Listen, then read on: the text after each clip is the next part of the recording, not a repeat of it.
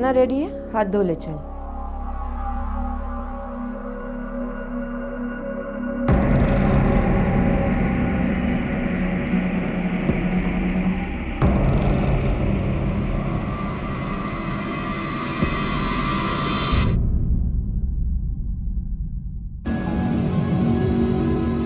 ये देखो,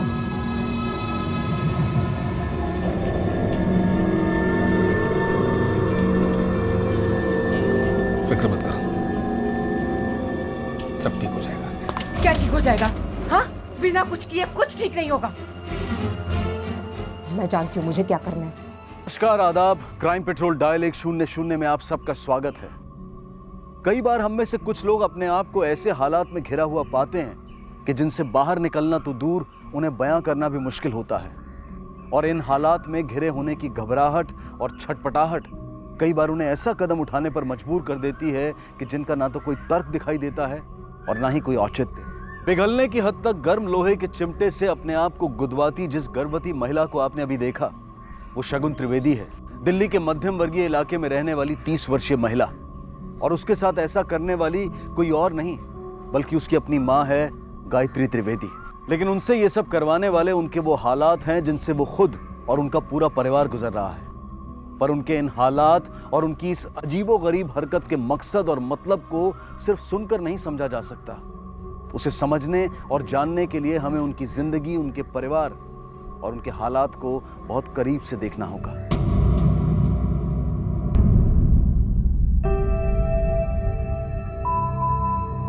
खुशी, चलो बेटा, लेट हो रहा है पार्टी के लिए। चाचू नहीं आ रहे हमारे साथ? खुशी, नहीं, लेकिन मुझे चाचू के साथ बाइक पे जाना है, आप लोगों के साथ कार में नहीं। बहुत हो गया खुशी, अब तुम।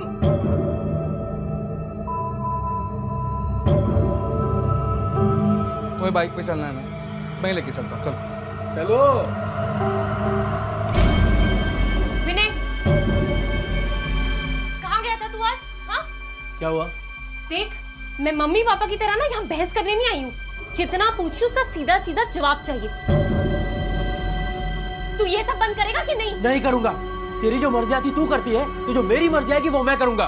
तू जानता है ना विनय, मैं जो भी कर रही हूँ सिर्फ अपने लिए नहीं कर रही हूँ, बल्कि पूरे घर वालों के लिए कर रही हूँ। हाँ, बहुत बड़ा दिल है ना तुम्हारा। क्या बोला तूने? तेरी हिम्मत कैसी हुई? देख लूंगा मैं तुझे। विनय, कहाँ जा रहा है? रुक विनय, मेरी बात सुन। विनय, विनय।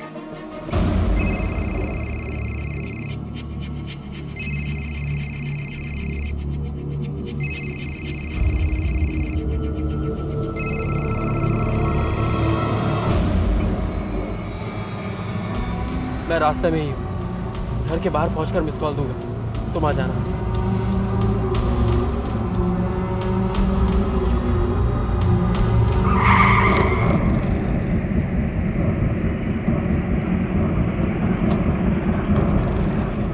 क्या नहीं, क्या बाहर निकल।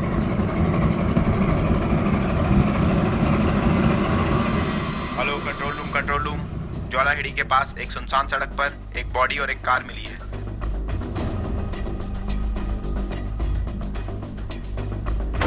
सर, मैंने आपको फोन किया था सर, ये देखिए।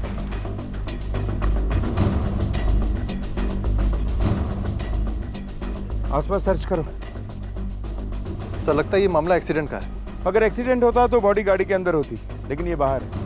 लेकिन ये बात बिल्कुल क्लियर है कि ये गाड़ी किसी न किसी गाड़ी से टकराई जरूर है। लेकिन इसको कुचला किसने? सर, हो सकता है कि इसकी किसी गाड़ी से टक्कर हुई हो, यही देखने वो बाहर आया हो और इसी दौरान किसी और गाड़ी ने इसे टक्कर मार दिया हो। नहीं, क्योंकि बॉडी और कार दोनों सड़क के एक तरफ हैं।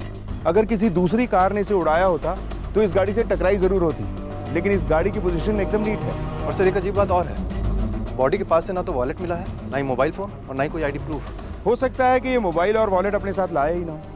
ये बात तो बिल्कुल श्योर है कि ये गाड़ी किसी न किसी गाड़ी से टकराई जरूर है। ये देखो स्क्रैच के मार्क्स जो बिल्कुल ताज़ा लग रहे हैं, और जिस गाड़ी से ये गाड़ी टकराई होगी वो जरूर व्हाइट कलर की होगी। शर्मा सर, पता करो कि ये गाड़ी किसके नाम पे रजिस्टर्ड है और इसके घर वालों को भी इन्फॉर्म करो। और हाँ, आगे के सिग्नल की सीसीटीवी फुटेज चेक करो, देखो कि कोई एक्सीडेंटल व्हाइट कलर की गाड़ी निकली है क्या, और बॉडी को पोस्टमार्टम के लिए भेजो।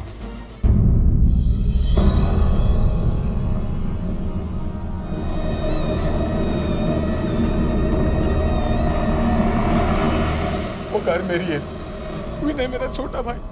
आप लोग एक ही घर में रहते हैं? अच्छा, ये विनय जा कहाँ रहे थे? बताकर नहीं गया था सर। और कितने बजे निकले थे घर से?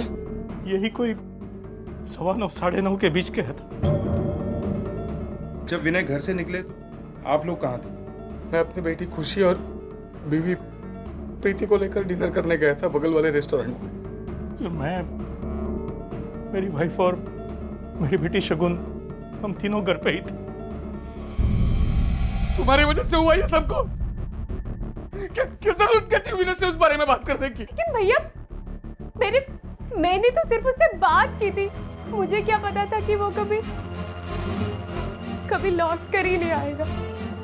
भैया भैया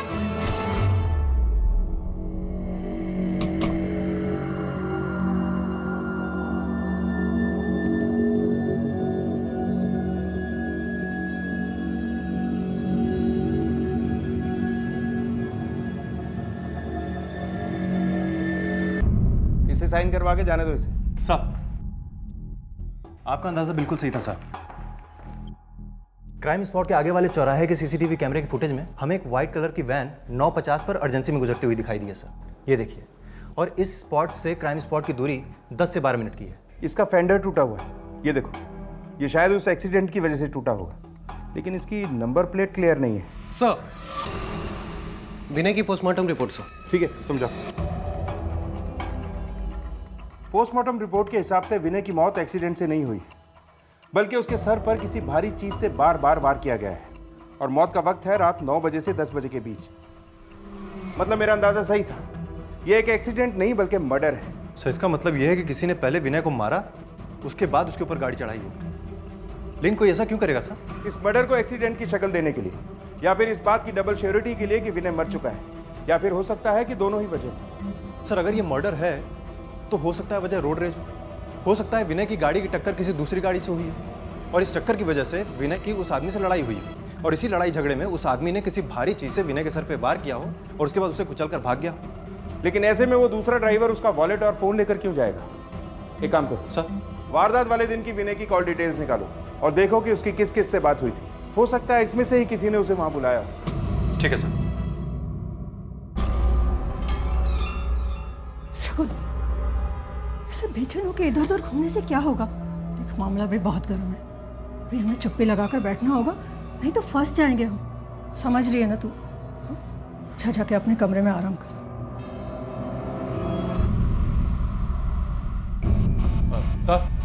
ये विनय के कॉल रिकॉर्ड्स। कल रात अपने मर्डर से 5 मिनट पहले विनय ने किसी सादिया कुरैशी से बात की थी। जी सर, सादिया और विनय एक ही ऑफिस में काम करते थे और दोनों एक दूसरे को बहुत प्यार करते थे।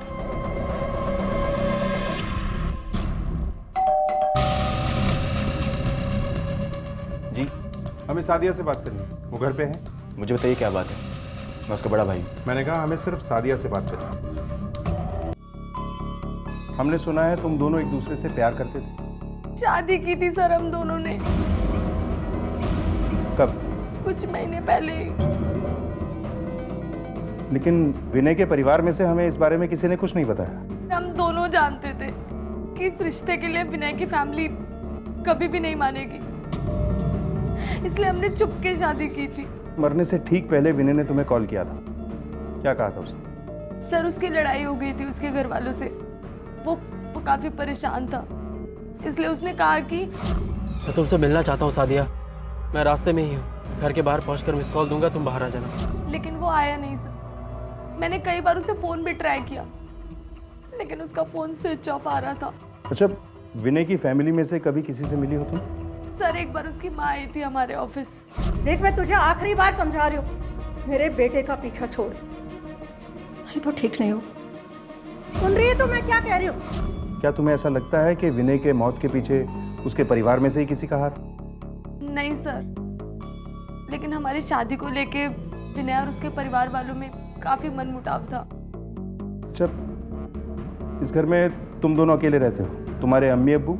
एक्चुअली उनका इंतकाल काफ़ी टाइम पहले हो गया था, अब सिर्फ हम दोनों ही रहते हैं। अच्छा, विनय ने कभी शादी के बाद तुमसे साथ रहने के लिए नहीं कहा? सर वो मुझे अपने साथ नहीं ले जा सकता था, ये बात मैं भी बहुत अच्छे से जानती थी और वो भी। लेकिन इलाहाबाद से उसे एक जॉब का ऑफर आया था जो उसने एक्सेप्ट भी कर लिया था और अगले महीने हम दोनों वहाँ शिफ्ट भी होने वाले थे। लेकिन अच्छा, तुम लोगों की ये शादी कोर्ट में रजिस्टर्ड हुई थी ना, तो इस शादी का सर्टिफिकेट भी होगा?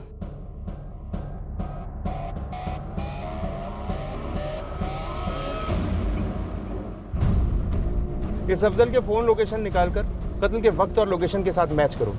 हो सकता है कि अपनी बहन के एक हिंदू लड़के के साथ शादी कर लेने की बात को ना पचा पाने के चलते ही इसने उसे ठिकाने लगा दिया हो। लेकिन सर इस अफजल को देखकर ऐसा लगा नहीं कि विनय और सादिया के इस रिश्ते से इसको इतनी ज्यादा प्रॉब्लम रही होगी।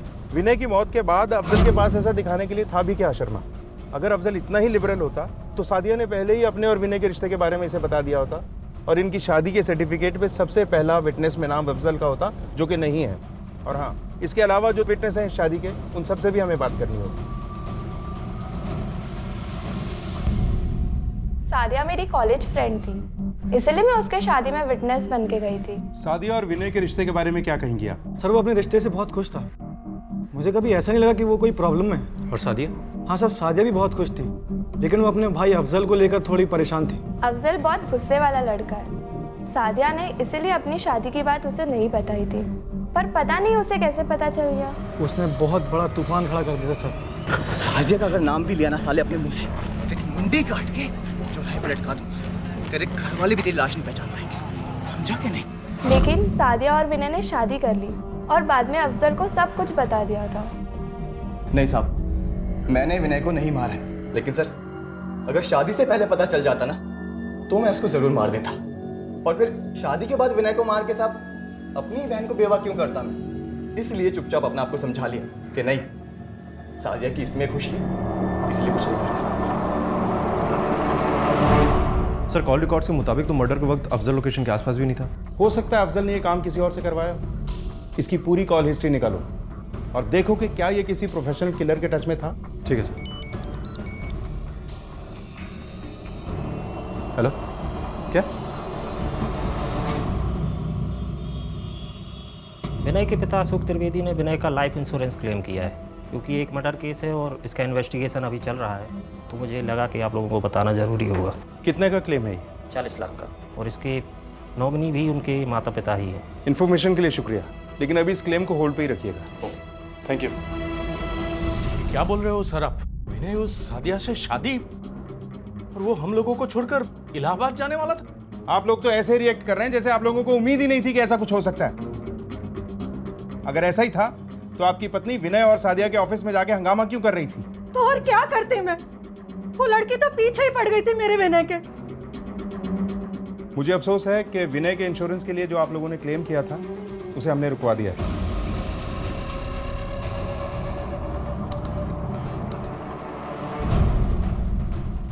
इस अशोक से मुझे सही वाइब्स नहीं आ रही हैं शर्मा। इसके बेटे की मौत को अभी 7 दिन भी नहीं हुए और ये इंश्योरेंस क्लेम करने निकल पड़ा। पता करो इसके बारे में। 40 लाख रुपए की रकम थोड़ी नहीं होती। ठीक है सर। रिश्वत लेते हुए रंगे हाथ पकड़ा था विजिलेंट वालों ने। आज भी हर दूसरे दिन कोई ना कोई दरवाजे आके खड़ा हो जाता है अपने पैसे मांगने के लिए। आप यहाँ पर क्यों आ गए? यहाँ पे नहीं आएगा तो कहाँ जाएगा? इतने महीनों से आपने पैसा लिया टेंडर के लिए, ना पैसा लौटा रहे हैं, ना फोन उठा रहे हैं। ठीक है, मैंने पैसे लिए, मैं मानता हूँ, लेकिन मैं अभी मुसीबत में हूँ। 2 महीने का वक्त दे दीजिए, मैं आपके पाई लौटा दूंगा। अशोक और विनय का तो कभी सुना नहीं, लेकिन जब से शगुन डाइवोर्स के चक्कर में मायके चली आई, तब से विनय और शगुन के बीच झगड़े होने लगे। हाँ, नहीं चाहिए मुझे तेरे जैसा भाई, समझा ना? भगवान करे तू अभी जाए और कभी लौटकर वापस ही ना आए, समझा? और सिर्फ खबर आए तेरी। तेरे से पापियों की अगर भगवान सुनने लगा ना तो फिर चल चुकी दुनिया। मैं लौटूंगा भी और इस घर में वापस भी आऊंगा। किराया देता हूँ, किराया, फोकट में नहीं रहता हूँ। मेरे पति का घर छोड़ के यहाँ बैठी है। ये रेंट से क्या मतलब था विनय का? मकान तो अशोक त्रिवेदी का ही है ना? सर घर तो अशोक जी का ही है, लेकिन वो अपने दोनों बेटों से अपने ही घर में रहने का किराया लेते थे। सर, अफजल के कॉल रिकॉर्ड से पता चला है कि उसका किसी भी हिस्ट्री शीटर से कोई कनेक्शन नहीं है। ये देखिए सर।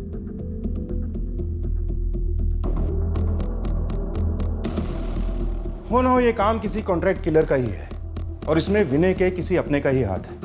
हमें सिर्फ ये देखना है कि ऐसा है कौन। अच्छा, विनय के सेलफोन का कुछ पता चला? सर साइबर सेल ने उसके IMEI नंबर का पता लगा लिया है। फिलहाल तो वो फ़ोन स्विच ऑफ है सर, लेकिन जैसे ही ऑन होगा हमें पता चल जाएगा। गुड। और शर्मा, अशोक के बारे में तुम्हारी क्या राय है?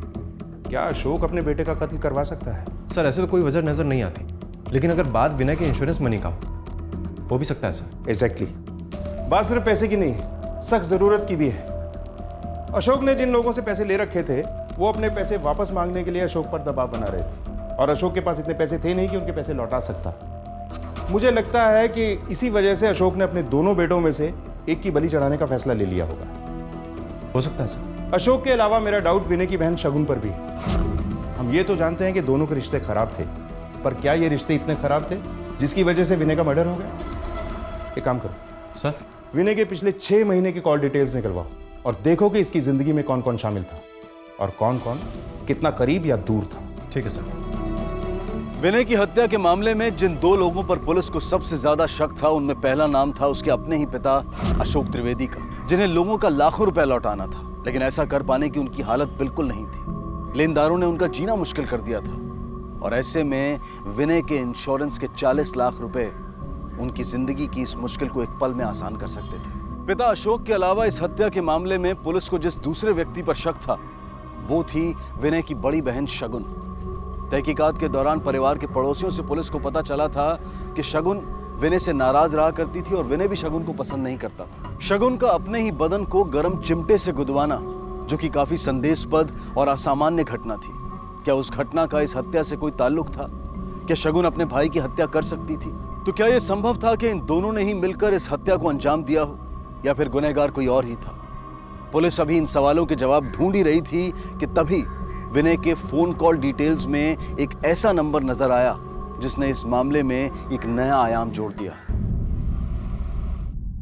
सर, विनय के पिछले 6 महीने कॉल रिकॉर्ड से पता चला है कि या तो उसकी बात सादिया से होती थी या तो उसके अपने कुछ दोस्तों से, जिनसे हम ऑलरेडी मिल चुके हैं। लेकिन सर, खास बात यह है कि जिस दिन विनय का मर्डर हुआ उसी दोपहर विनय ने एक नंबर पे 4 बार कॉल किए थे सर।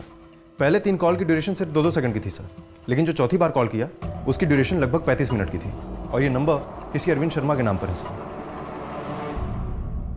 मैं विनय का जीजा हूँ। उसकी बड़ी बहन शगुन से मेरी शादी हुई थी। और अब तुम्हारा डाइवोर्स होने वाला है, जान सकता हूँ क्यों?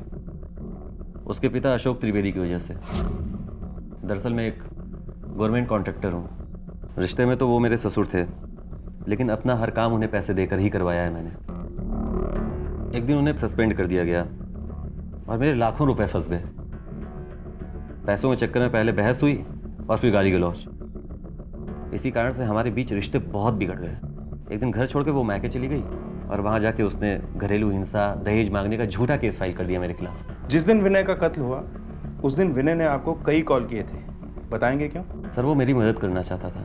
कैसी मदद? जीजू, मैं जानता हूँ दीदी ने आपके खिलाफ जो केस किया वो झूठा है, और माँ और पापा भी इसमें उनके साथ मिले हुए हैं। लेकिन मैं इन लोगों को आपकी लाइफ बर्बाद नहीं करने दूंगा। जीजू, मैं आपकी मदद करूंगा। क्या करेगा अकेले तू? मैं इन लोगों के खिलाफ कोर्ट में गवाही दूंगा। इन सब के खिलाफ सबूत है मेरे पास।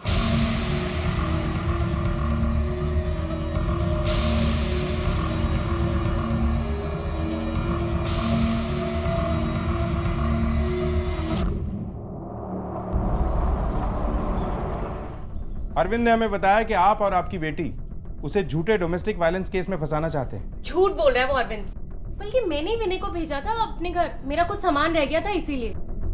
और प्लीज सर, मेरी लाइफ में इतना भी बेकार टाइम नहीं है कि उस जैसे इंसान को परेशान करने के लिए उसके ऊपर कोई झूठा वूठा केस कर दूं। इतना तो हम भी समझते हैं मिस शगुन कि अपने पति को फंसाने के चक्कर में आप अदालत के चक्करों में नहीं पड़ेंगी, लेकिन अपने पति से मोटी एलिमनी ऐंठने के चक्कर में ऐसा कर ही सकती हैं। क्यों? वैसे भी आपको पैसों की बहुत जरूरत है। क्यों मिस्टर अशोक, सुना है आप सस्पेंड हो गए थे, रिश्वत लेते हुए पकड़े गए? जी, लिया करता था मैं रिश्वत, ताकि मेरे बच्चे अच्छी स्कूल में पढ़ाई कर सके, अच्छी जिंदगी जी सके। और उन्हीं बच्चों से अपने ही घर में रहने के लिए आप किराया वसूलते थे। क्यों? क्योंकि इन्हें इनकी जिम्मेदारी का एहसास हो सके। और इसी रेंट के चक्कर में तुम्हारी विनय से लड़ाई हुआ करती थी ना?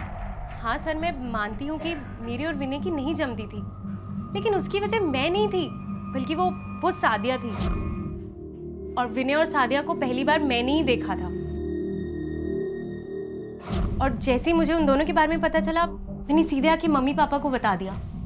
बस उसी दिन से विनय को ऐसा लगने लगा कि मैं उसकी सबसे बड़ी दुश्मन हूँ। और सर, मेरे अकेले का झगड़ा नहीं होता था विनय के साथ, बल्कि वो प्रीति भी आए दिन विनय के साथ झगड़ती रहती थी।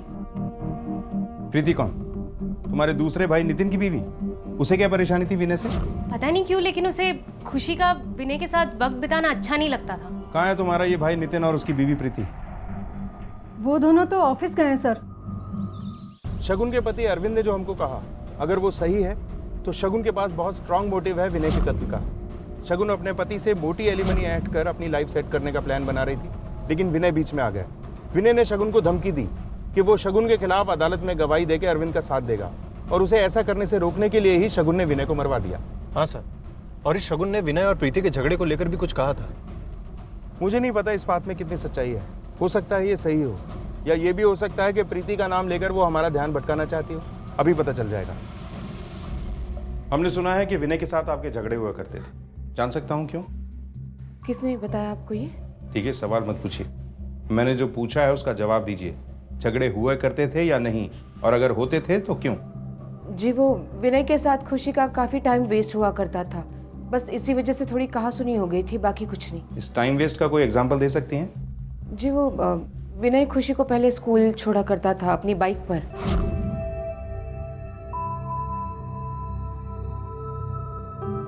लेकिन बाद में स्कूल से थोड़े कंप्लेंट्स आने लगे कि खुशी टाइम पे स्कूल नहीं जा रही है। बस इसी वजह से थोड़ी कहासुनी हो गई थी। ठीक है, जा सकती हैं। शर्मा, ये प्रीति झूठ बोल रही है। जितनी छोटी बात ये बता रही है उतनी छोटी लग नहीं रही। जरूर कुछ और भी है जो हमसे छुपाया जा रहा है। इस प्रीति की पूरी डिटेल्स निकलवाओ। ठीक है सर, मैं करता हूँ। मैं तुम्हें थोड़ी देर में फोन करता हूँ।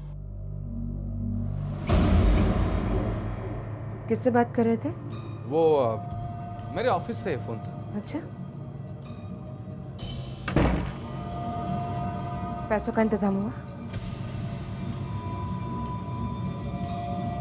कर रहा हूँ ना, हो जाएगा। देखो, अगर पैसों का इंतजाम नहीं हुआ और अपना काम रुक गया ना, तो मैं ज्यादा दिन यहाँ पे नहीं रहने वाली।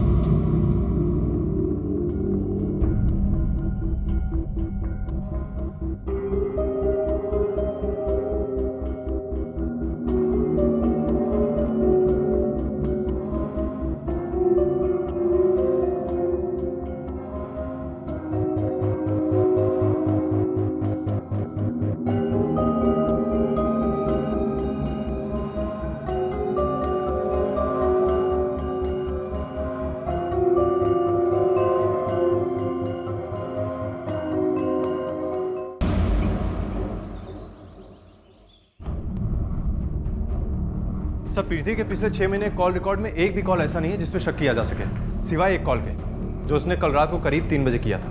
रात को 3 बजे? इतने और टाइम पे किसे कॉल किया था उसने? सादिया को सर।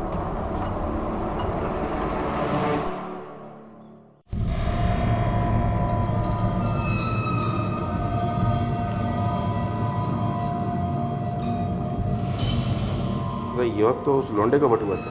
मैंने तुझे कितनी बार बोला कि वो बटुआ और मोबाइल दोनों ठिकाने लगा दे, लेकिन तू दोनों ने अपनी गोद में बालक की तरह लेके घूम रहा से। भाई उस टाइम टाइम ना था यार, अब जान लग रहा हूँ बस, तू काम खाई भड़कता रहे।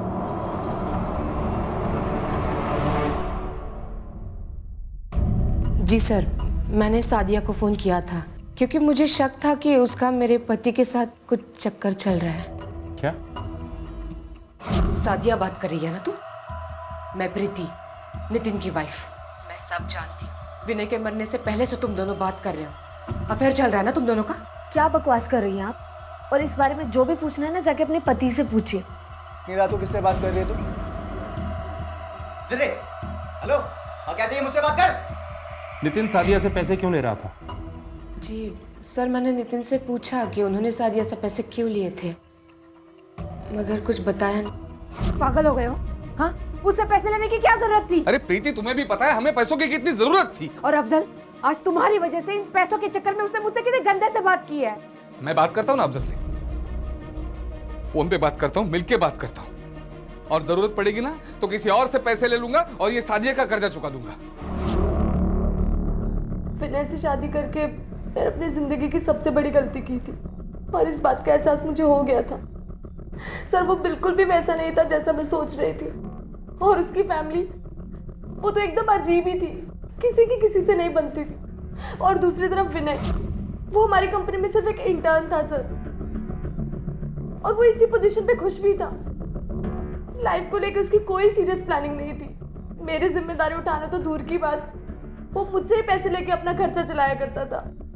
सर मुझे पता चल गया था कि उसके साथ मेरा कोई फ्यूचर नहीं है, इसलिए मैंने फैसला किया कि मैं उसके साथ नहीं रहूंगी। विनय, तुम्हारा जिंदगी जीने का तरीका अलग है और मेरा अलग। मैं ऐसे नहीं जी सकती हूँ। मुझे एक सिक्योर लाइफ चाहिए, और जो तुम मुझे कभी नहीं दे सकते। किसने बोला मैं तुम्हें सिक्योर लाइफ नहीं दे सकता? अरे मेरे इलाहाबाद वाली जॉब की बात चल रही है। पिछले 2 महीने से सुन रही हूँ इसके बारे में।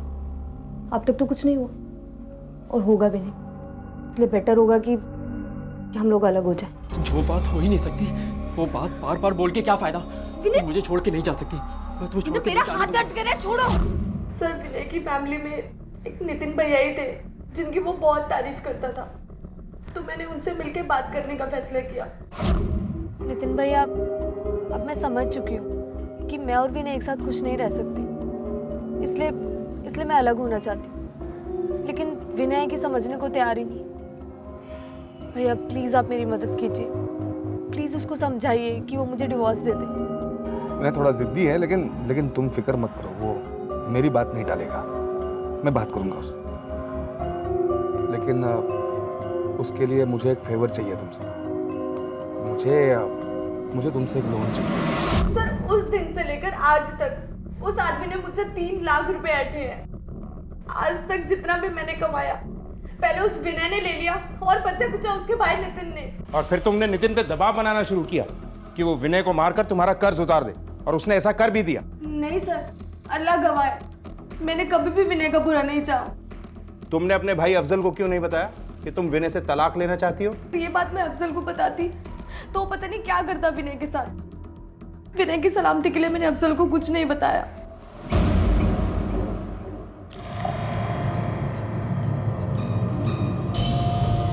अरे वो मोबाइल और बटुआ फेंक दिए तूने? जब फेंकना ही था तो चोरी क्या खातिर करा दी? बहुत लंबी जबान हो गई तेरी, जितना पूछ रहा हूँ उतना बोलना। क्या किया? उधर है बटुआ।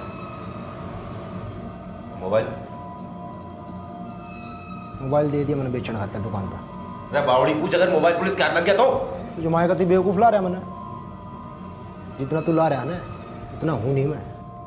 सब मैं डिलीट करके दिया उस टाइम कि मैं हाउस में खाली है वो आम खाई चढ़िया जा हूँ मैं। मेरी बहन के पैसे खाएगा साले, मेरी बहन के। पहले तेरे भाई ने मेरी बहन की जिंदगी बर्बाद करी, अब तू उसके पैसे खाएगा।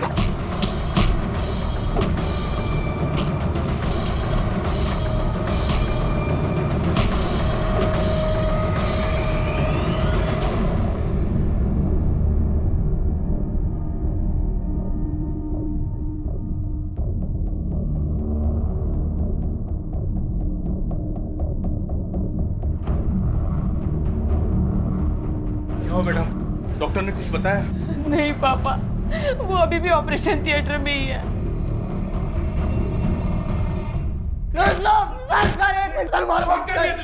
इसीलिए तूने नितिन पे अटैक किया? मेरी बात सुनो साहब एक बार। मेरी बहन के मेहनत के पैसे खाने की कोशिश कर रहा था साहब, और जब वापस मांगे तो बोला नहीं देगा, इसलिए मेरा खून खोल गया था साहब, इसलिए मारा मैंने उसको। नहीं देता मैं पैसे, क्या कर लेगा तू?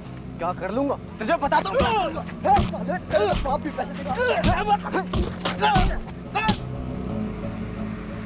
मुझे नहीं पता किसने उसको पे गाड़ी चढ़ाई जब, मुझे नहीं मालूम। झूठ मत बोल अफजल, वरना बुरा फंसेगा। खुदाए पाक की कसम, खुदाए कुरान की कसम, मैंने नहीं मारा। हाँ साहब, नितिन का मुंह तोड़ के उसको सबक जरूर सिखाना था, वो मैंने किया साहब। मैंने किसी का कत्ल नहीं किया साहब, अब जैसे मर्जी चाहे वैसे पता कर लो। नहीं किया तो नहीं किया साहब। शर्मा सर, नितिन को होश आया क्या? फिलहाल तो नहीं sir. Excuse me sir. Hello, sub inspector Shekhar here. Sir Vinay के फोन का IMEI नंबर ट्रेस हो गया।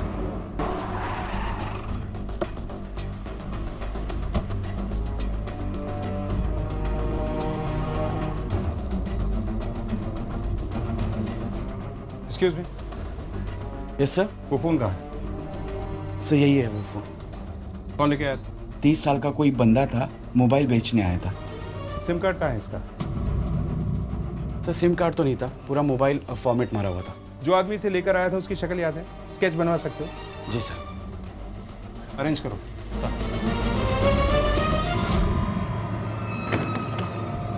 अरे घना होशियार समझे अपने आप ने। क्या होया के? दूसरी तेरी होशियारी भैंस की पूछ में। तेरे बाप खड़े मोबाइल की दुकान पे। मतलब पुलिस वाले? हाँ पुलिस, जल्दी सामान बांध और निकल यहाँ से।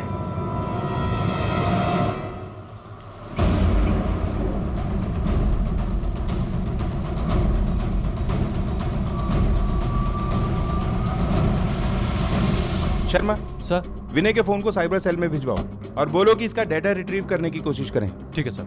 लेकिन सर, पहले विनय और अब ये नितिन, इन दोनों को एक ही तरीके से टारगेट किया गया सर। क्या लगता है कहीं अफजल हमसे कुछ झूठ तो नहीं बोल रहा? शर्मा, अफजल तो हमारे शक के दायरे में है ही, लेकिन मेरा एक्सपीरियंस कहता है कि जब इस तरह से सिबलिंग्स को अटैक किया जाता है तो अधिकतर मामलों में वजह पैसा या प्रॉपर्टी होती है।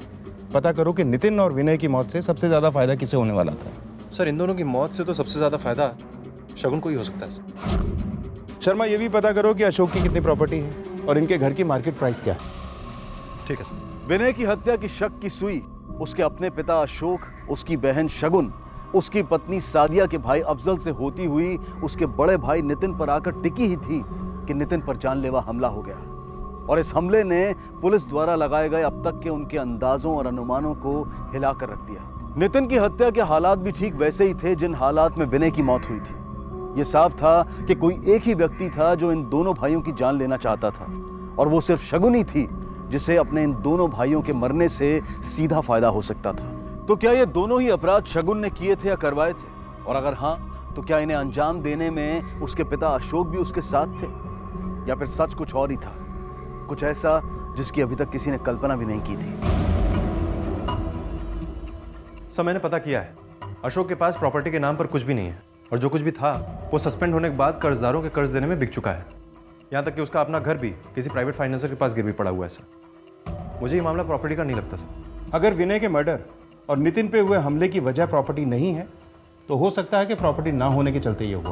प्रॉपर्टी ना होने के चलते मतलब सर?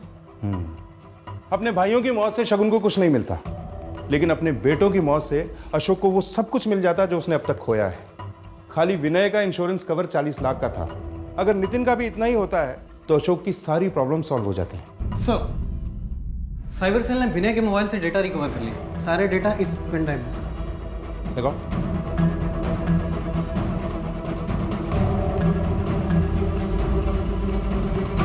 सर इसमें ज्यादातर तो विनय की भतीजी खुशी की पिक्स है। ये सब नॉर्मल नहीं है शर्मा। मुझे लगता है कि मेरा अंदाजा सही है कि खुशी और विनय के रिलेशन नॉर्मल नहीं थे।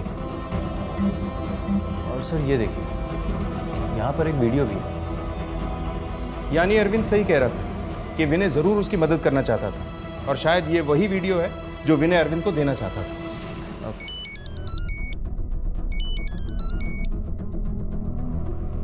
हेलो, ओके ओके ठीक है, thank you sir. Mobile shop owner ने उस बंदे का स्केच बनवाया था जिसने विनय का मोबाइल बेचने के लिए दिया था। वसंत कुंज थाने से पता चला है कि उस बंदे का नाम रोशन सिंह है। बेसिकली वो हरियाणा का रहने वाला है, लेकिन उनके पास दिल्ली का भी एड्रेस है उसका। सर उन्होंने मुझे मैसेज भी किया। गुड, तुम इस रोशन सिंह को देखो, मैं शगुन और उसकी माँ को मिलता हूँ। Come on.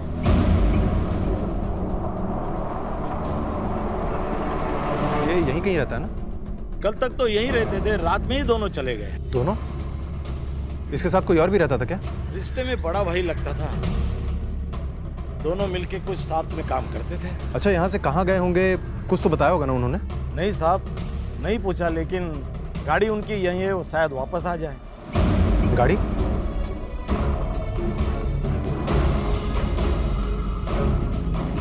ये गाड़ी तो वही है। एक काम करो जी, इसका नंबर नोट डाउन करो। Okay sir. और आरटीओ पता करो कि ये किसके नाम पे रजिस्टर्ड है। जी ठीक है।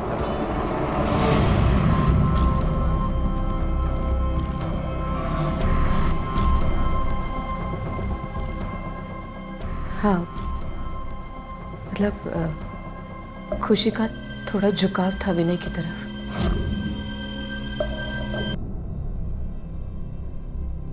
सर ये सिर्फ क्रश था। विनय बस उसे अच्छा लगता था, बाकी कुछ नहीं। इसीलिए आप विनय से नाराज थे? क्या विनय ने कभी खुशी का कोई फायदा उठाया? नहीं सर, कभी नहीं। मतलब विनय को तो पता भी नहीं था कि खुशी के दिमाग में क्या चल रहा है, लेकिन मैं उसकी माँ हूँ, मैंने पहचान लिया था। इसीलिए दोनों को मैं दूर रख रही थी ताकि कुछ गलत ना हो जाए। इसी डर से आपने विनय को मरवा दिया? नहीं नहीं सर, ऐसा कुछ नहीं किया मैंने। ओके, तो जिस गाड़ी के नंबर प्लेट के बारे में आपने आरटीओ से पता लगाने के लिए कहा था, वो नंबर प्लेट नकली है सर। मुझे भी कुछ ऐसा ही लग रहा था। एक काम करो जी, गाड़ी के चेसिस नंबर से पता लगाओ कि ये गाड़ी किसकी। Okay sir.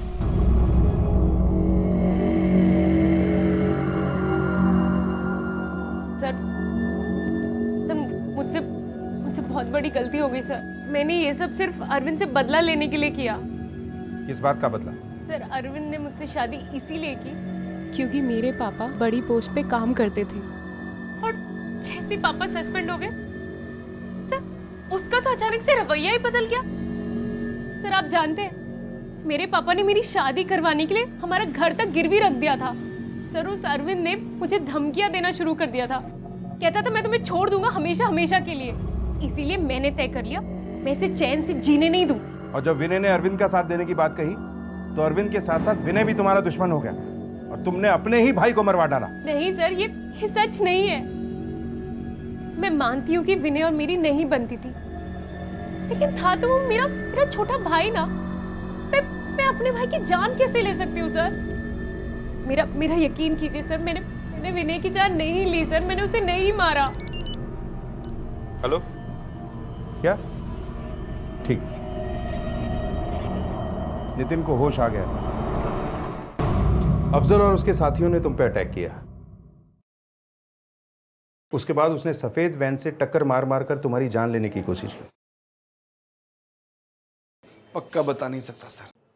मतलब कहना क्या चाहते हो तुम? एक वैन ने टक्कर मारकर तुम्हारी जान लेने की कोशिश की और तुमने उसे देखा ही नहीं?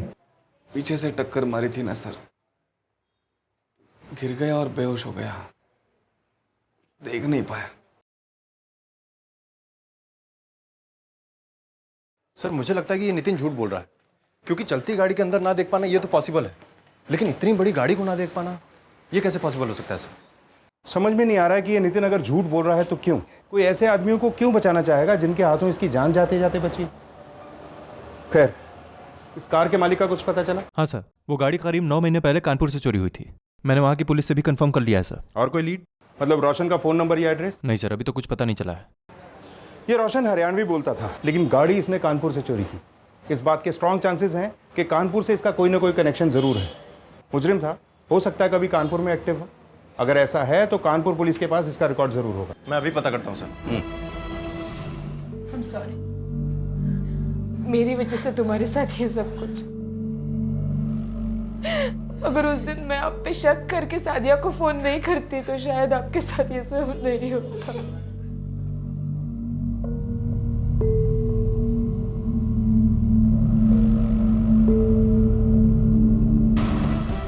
सर करीब 2 साल पहले रोशन अपने कजिन के साथ हरियाणा से कानपुर शिफ्ट हो गया था। कानपुर पुलिस से हमें उसका एड्रेस मिल गया सर।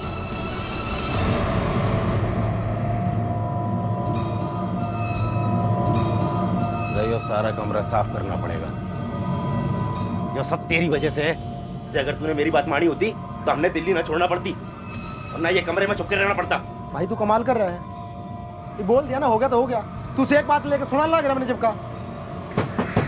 अरे कौन है? चल। ये क्या बात है जनाब? ये क्या कर रहे हो? देख, विनय का मर्डर और नितिन पे अटैक तुम दोनों ने किया है, ये तो हम जानते हैं। किसके कहने पे किया है बस ये बताओ।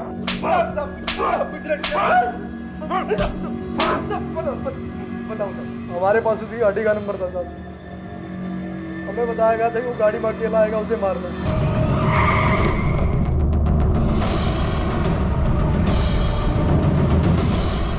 क्या धक्का नहीं, क्या मारी? किसने कहा था नितिन को मारने के लिए? कुणाल ने। कौन कुणाल? चल क्या हुआ साहब? साहब मैंने कुछ नहीं किया साहब। बताता हूँ थाने में क्या किया तूने। साहब कुछ नहीं किया मैंने साहब। चल इसको।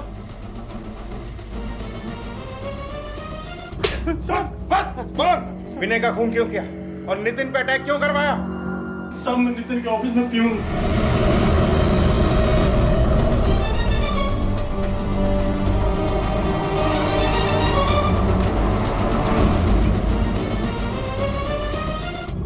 मेरे पूरे परिवार को पैसों की बहुत जरूरत थी, कोई रास्ता नहीं दिख रहा था। फिर मैंने सोचा कि फिर इंश्योरेंस के डॉक्यूमेंट्स पढ़कर मुझे समझ में आया कि इंश्योरेंस के पैसे नहीं मिलते सर। फिर मैंने एक अलग ही बात सोची। कुणाल मेरे ऑफिस में काम करता है, उसका भाई कुछ चोरी वोरी करके कुछ 2-4 बार जेल में जा चुका है सर। मुझे पता था वो मेरा काम करेगा और इस तरह से मैंने अपने खुद के मर्डर का पूरा प्लान बना लिया। जिस रात को मेरा मर्डर होना था उसी रात को मैं अपनी फैमिली को लेकर डिनर पे गए ताकि जिंदगी के 4 आखिरी पल खुशी के बिता पाऊं उनके साथ। लेकिन बदकिस्मती से विनय मेरी गाड़ी लेकर चला गया। मैंने कुणाल को फोन करके बताने की बहुत कोशिश की सर कि गाड़ी में मैं नहीं हूं, विनय है, लेकिन उसका फोन नहीं लगा सर, नॉट रीचेबल था। मैं सच कहता हूं साहब, विनय को मारने का मेरा कोई इरादा नहीं था। उस दिन मरना तो मुझे था सर, मेरी हिस्से की मौत विनय लेकर चला गया। फिर भी मैंने कुणाल को कहा कि मेरा मरना बहुत जरूरी है, इसलिए मैंने और एक प्लान बनाया। अफजल को बुलाया और हाँ अफजल आ जाओ, तुम्हारा इंतजार कर रहा हूँ। अपने बंदों को भेज दो द्वारका सेक्टर 18 में 20 मिनट में। अफजल को उकसाया ताकि वो मुझ पे हाथ उठाए।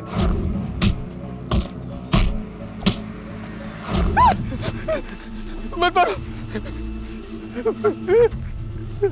सर, ये अफजल मुझे मार देगा सर, ये मार देगा मुझे। द्वारका सेक्टर 18 में जल्दी आ जाइए। मैं चाहता था कि मेरे मर्डर के केस में अफजल फंस जाए।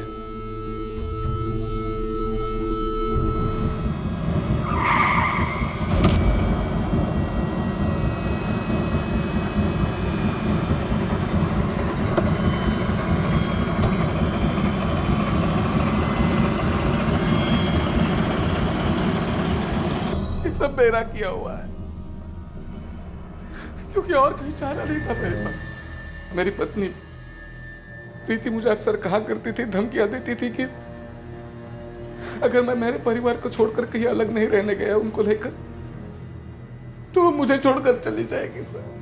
मुझे पैसों की बहुत जरूरत थी। मर जाऊंगा तो घर वालों को तो इंश्योरेंस के पैसे तो मिल जाएंगे सर। इसमें कोई दो राय नहीं है कि त्रिवेदी परिवार और उसका हर सदस्य एक मुश्किल दौर से गुजर रहा था, लेकिन इस मुश्किल दौर से गुजरने के लिए नितिन द्वारा बनाई गई अपने ही कत्ल की योजना का ना तो कोई तर्क दिखाई देता है और ना ही कोई औचित्य। इंसान इस तरह के गलत फैसले सिर्फ तभी लेता है जब उस इंसान का अपने हालात को देखने का नजरिया गलत होता है या फिर उनसे बाहर निकलने की उसकी नीयत में खोट होता है। और इस परिवार का ना तो नजरिया सही था और ना ही नीयत।